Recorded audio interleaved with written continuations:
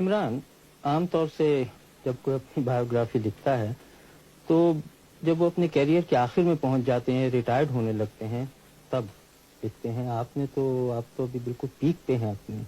आपने ये कैसे सोचा? देखें जी, तेज बॉलर की जो पीक होती है वो ज्यादा देर तक तो नहीं रहती, और हो सकता है कि मैं रिटायर होने वाला हूँ। इसमें कोई तेज बॉलर के लिए जिस तरह की मुझे इंजरी हुई है, हो सकता है कि ये ठीक ना हो पूरी तरह। और मैंने ये भी देखा है कि इस किताब में आपने अपने बारे में कुछ कम लिखा है, लेकिन जो आप क्रिकेट खेलते रहे हैं उसका जिक्र बहुत है। किताब में ज्यादा मेरी कोशिश यही रही है कि जो मेरे एक्सपीरियंसेस हुए क्रिकेट में और जो मेरे ख्यालात हैं दूसरे प्लेयर्स के मुतालिक और जिस तरह पाकिस्तान में क्रिकेट खेली जाती है, कोशिश यही रही है कि उसके ऊपर ज्यादा लिखूं। और आपने जो अपने बारे में आखिर में थोड़ा बहुत लिखा है, उसमें प्ले बॉय इमेज जो आपको दिया है यहाँ के प्रेस ने, उसके बारे में जो कुछ आपने लिखा है वो सही है? बिल्कुल जी, मैंने अपने आप को हमेशा एक क्रिकेटर समझा और कभी ऐसा नहीं महसूस किया कि मैं कोई प्ले बॉय हूँ या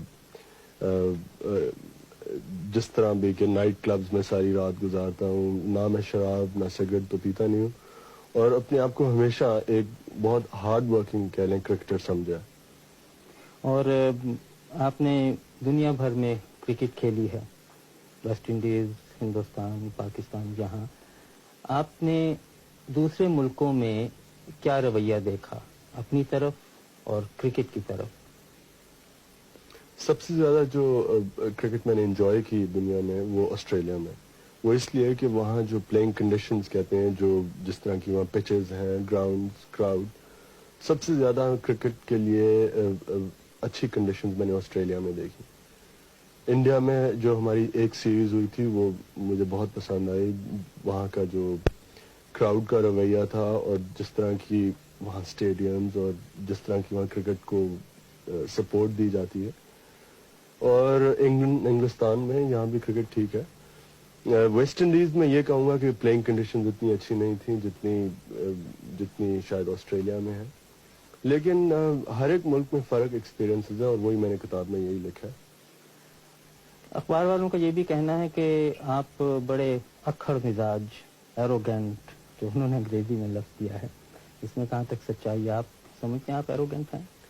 मैंने तो अपने आप को कभी एरोगेंट नहीं समझा। शायद शुरू में जब इंसान को दुनिया का नहीं पता होता है, जैसे मैंने किताब में लिखा है, जब शुरू में मैं इंग्लैंड आया था, तो शायद तब कह सकता हूँ अपने आप को एरोगेंट। लेकिन मैं अपने आप को हमेशा यही शायद ये कह लें कि मुझे शाय किस्म का इंसान ज्यादा हूँ मैं।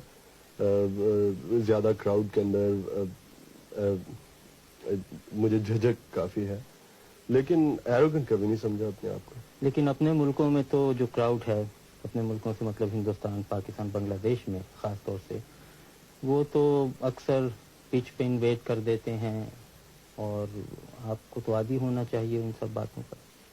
नहीं जी, ये एक चीज के ऊपर जो ये कह लें कि मैं इसे पॉइंट ऑफ प्रिंसिपल समझता हूँ कि जब लोग मैच डिस्टर्ब करते हैं या पिच के ऊपर भाग आते हैं मेरे ख्याल में इस चीज को प्लेयर्स का ये राइट है कि इन लोगों को इस चीज से रोकें और ये इनकरेज ना की जाए।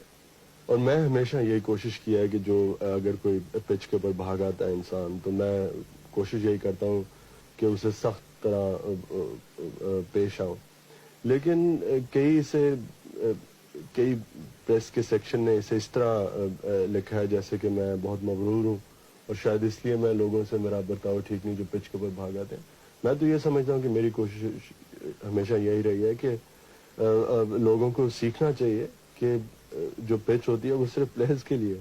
तो अब आपके क्या इरादे हैं, कब तक और क्रिकेट खेलेंगे? ये कहना तो बहुत मुश्किल है। जैसे मैंने इसी किताब में लिखा है कि मेरी कोशिश, तो मैं तो अपने आप को समझता था जब 30 साल का होऊंगा तो मैं क्रिकेट छोड़ दूंगा। लेकिन अब मैं अपने आप को अपनी पीक पे समझता हूँ, और जब तक कि मैं इस पीक को मेंटेन कर सकता हूँ तब तक मैं क्रिकेट खेलूंगा। अब ये कोई पता नहीं हो सकता, अब जब मेरी टांग ठीक हो पूरी तरह तो मैं शायद اتنی اچھی طرح بولنگ نہ کر سکوں جس طرح پہلے کرتا تھا. اور پھر جو آپ کی باقی زندگی ہے اس میں شاید آپ ایک اور کتاب لکھیں, عمران والیوم 2. ابھی تک تو نہیں سوچا جی, لیکن کیا پتا. عمران, بہت بہت شکریہ.